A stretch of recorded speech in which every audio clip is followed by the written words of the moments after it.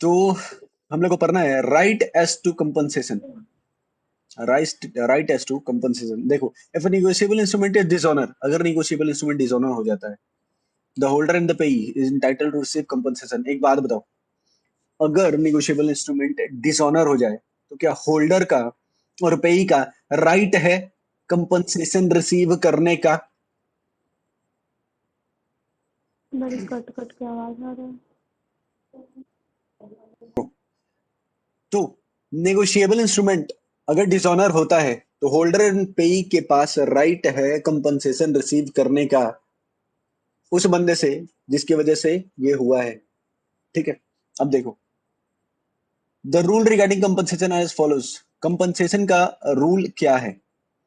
Holder is entitled to amount due upon the instrument and the expenses properly included in presenting, noting and protesting it। देखो, वो जो बंदा है, यानी वो जो होल्डर है, वो होल्डर कौन कौन, वो अमाउंट तो लेगा ही, यानी बिल में जो अमाउंट है वो तो लेगा ही, साथ ही साथ उसने अगर नोटिंग करवाया है, नोटराइज करवाया है, उसका भी पैसा लेगा, और उसने अगर प्रोटेस्ट करवाया है उसका भी पैसा उसमें इंक्लूडेड होगा, वो भी रिकवर करेगा।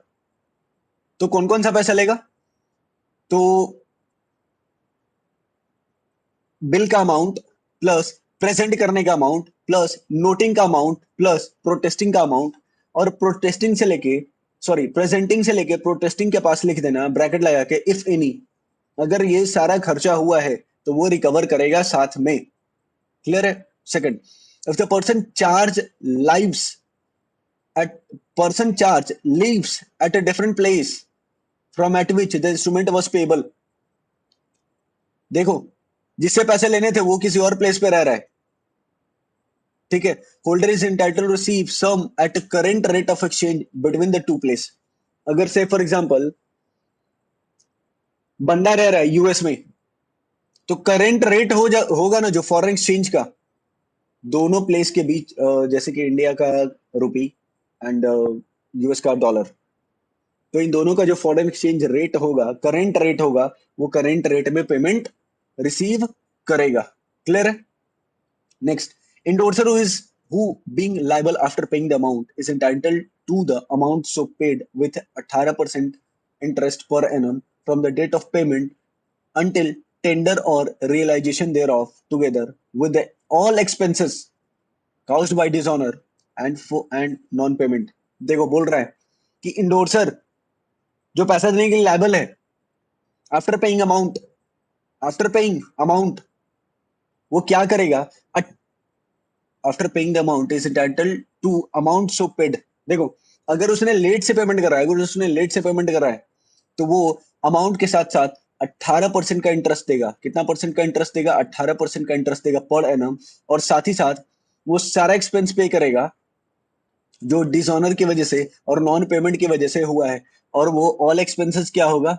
ऑल एक्सपेंसेस होगा ये वाला, ये वाला, ये वाला ऑल एक्सपेंसेस, नोटिंग का, प्रेजेंटिंग और प्रोटेस्टिंग का, ये वाला पेमेंट भी करेगा। If the person charge and such endorser reside at a different place। देखो, पर्सन चार्ज एंड इंडोर्सर, यानी जिसको पैसे लेने हैं और इंडोर्सर, वो दोनों अलग अलग प्लेस पे ले रहा है। Endorser is entitled to receive such sum at a current rate of exchange between the two places. फिर वही बोल रहा है कि अगर जिसको पैसा देना है और जिसको पैसा लेना है वो दोनों डिफरेंट प्लेस पे रह रहा है, तो जो पैसा रिसीव करेगा इंडोर्सर, वो रिसीव करेगा करेंट रेट ऑफ एक्सचेंज में रिसीव करेगा, यानी जो डॉलर का करंट रेट ऑफ एक्सचेंज चल रहा होगा उसमें पेमेंट रिसीव करेगा। Next, if bill is dishonour, अगर बिल डिसऑनर होता है, it is usual practice to redraw a bill. अगर ये बिल अगर बिल डिसऑनर होता है तो यूजुअल प्रैक्टिस कहता है कि आप बिल क्या करें, फिर से दोबारा ड्रॉ करें for the amount due together with expense properly incurred on noting and protesting. बोल रहा है कि कितना कितना अमाउंट, तो बोल रहा है कि जो पहले वाले बिल में अमाउंट था वो अमाउंट तो लेंगे ही, साथ ही साथ और कौन कौन सा एक्सपेंस लेंगे? नोटिंग कराने का एंड प्रोटेस्टिंग कराने का या फिर प्रेजेंटमेंट का जो भी एक्सपेंस होगा वो भी ऐड करके बिल में मेंशन करेंगे, यानी जो दोबारा बिल ड्रॉ होगा उसमें। The second bill must be accompanied by the instrument dishonor and protested।